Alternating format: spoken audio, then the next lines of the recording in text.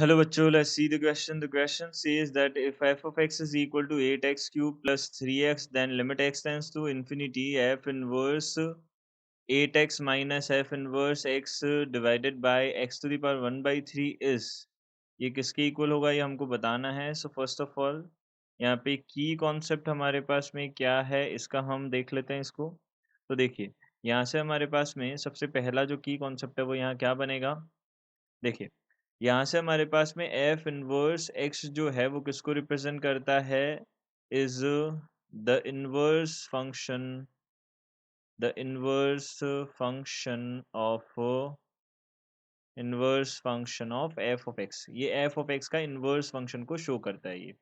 तो इसका हम यहाँ पे यूज करेंगे. तो देखिए सबसे पहले हमने क्या किया, letter f inverse at x जो है उसको हमने अज्यूम कर लिया वाई, और अब इसको वाई बोल दिया हमने, और यहाँ से एफ इनवर्स ऑफ एक्स जो है उसको हमने जेड बोल दिया.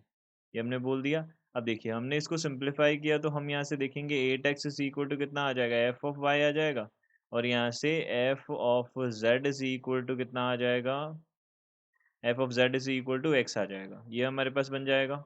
इसको हमने सिंप्लीफाई किया, eight x is equal to यहाँ से कितना हो जाएगा हमारे पास eight y cube. F of y कितना है, एट वाई क्यूब प्लस का थ्री वाई है, और यहाँ से हमने बोला एफ ऑफ जेड जो है वो कितना हो जाएगा, एट जेड क्यूब.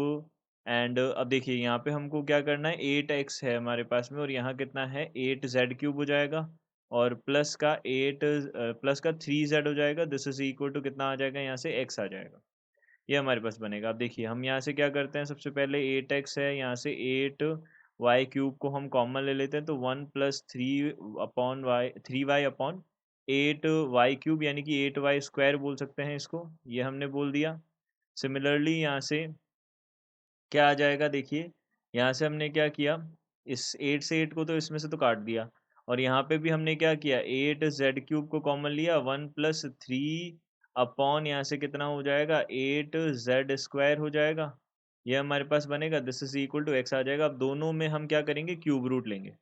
तो दोनों में हमने क्या किया, क्यूब रूट लिया, तो यहाँ से कितना आ जाएगा, यहाँ से दोनों में हमने क्यूब रूट लिया तो कितना बनेगा, यहाँ से x to the power one by three, this is equal to y. यहाँ से बन जाएगा one plus three upon eight y square to the whole power, eight y square to the whole power one by three.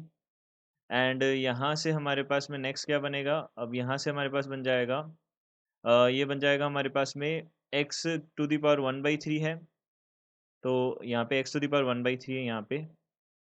अब हमने cube root लिया तो कितना बन जाएगा, यहाँ पे एट है तो to y to z, sorry ये कितना हो जाएगा, टू जेड.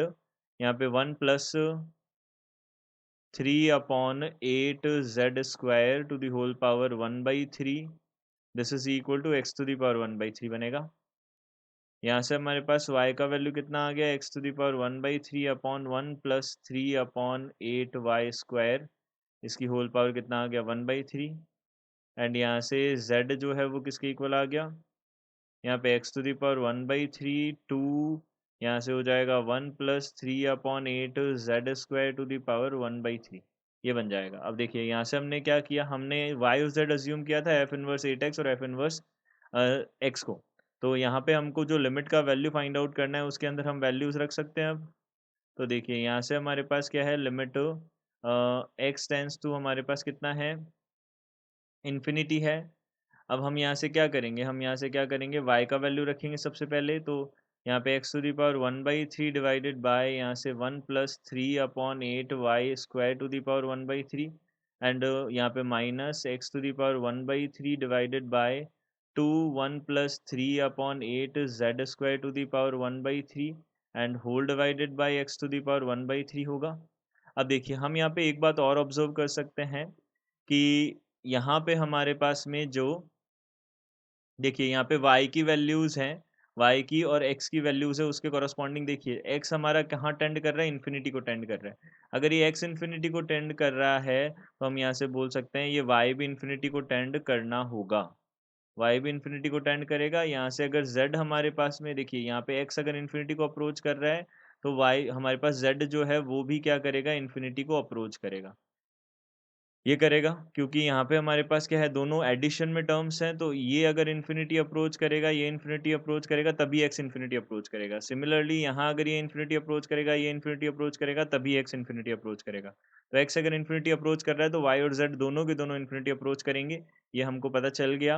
अब हमने एक्स टू द पावर 1/3 से 1/3 को कैंसिल आउट कर दिया, हमारे पास ultimately limit x tends to infinity बचा।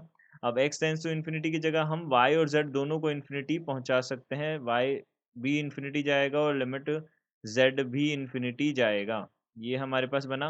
और टर्म क्या बना, यहाँ पे देखो, यहाँ पे 1 अपॉन, यहाँ पे 1+3/8 y² to the whole power 1/3 आ गया, और फिर -1 अपॉन यहाँ से 2, यहाँ पे 1+3/8 z² टू दी पावर 1/3 बन गया।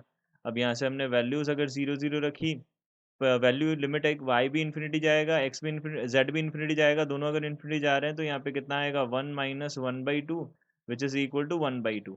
ये हमारे पास बनेगा अल्टीमेटली, यानी कि इसका आंसर हो जाएगा A option. So A option will be our correct answer. I hope you understood it well. Good luck, thank you.